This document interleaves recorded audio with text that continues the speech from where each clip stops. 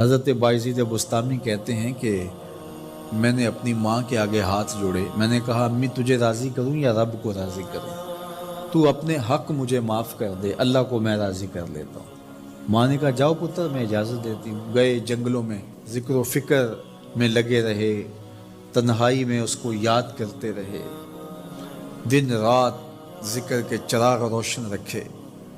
12 سال گزر گئے حق کی تلاش میں۔ ایک دن واپس بستام کے قریب سے گزر رہے تھے، خیال آیا چلتے چلتے ماں کو سلام کر جاؤں۔ دروازے کو دستک دینے لگے تو اس خیال نے ہاتھ روک لیا کہ ساری زندگی ماں کو سکھ تو دیا کوئی نہیں، اب دکھ بھی کیوں دینے لگے ہو؟ رات کا ایک پہر بیت گیا ہے، سردیوں کی لمبی رات ہے، ماں بستر میں لیٹی ہوگی، تیرے لیے اٹھے گی، دروازہ کھولے گی۔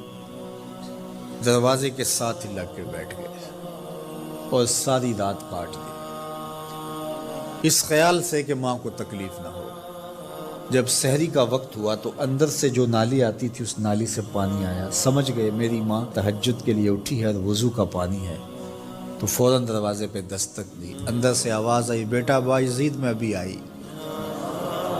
مائیں بیٹوں کے دستک کے انداز سے جان لیتی ہیں یہ کس بیٹے کے ہاتھوں کا لمس ہے۔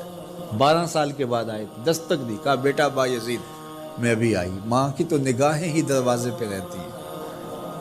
اللہ اکبر۔ کہتے ہیں کہ ماں نے دروازہ کھولا، 12 سال جنگلوں کی خاک چھانتے بیت گئی تھی، پراگندہ صورت، بکھرے ہوئے بال، پھٹے ہوئے کپڑے۔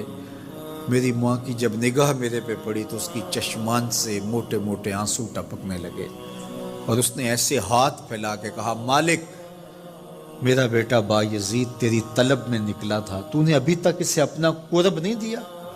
حضرت بایزید بستامی کہتے ہیں 12 سال کی ریاستوں سے جو کچھ نہیں ملا تھا ماں کے اٹھے ہوئے ہاتھوں سے مل گیا۔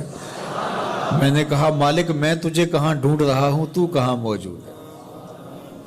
تو ماں باپ کی رضا اللہ کی رضا کا دروازہ کھولتی ہے۔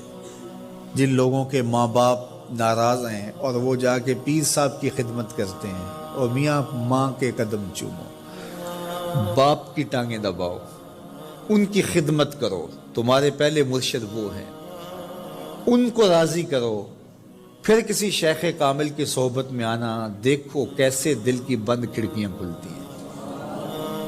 ایک مرشد تو ناراض کر رہا ہے اور دوسرے مرشد سے تمہیں کیا ملے گا؟ تو راستہ یہیں سے کھلے گا۔ والدین کو کبھی ناراض نہ کرو، والدین کو کبھی دکھ نہ دو، والدین کو کبھی تکلیف نہ پہنچاؤ، اور والدین کو بھی چاہیے کہ اپنی اولاد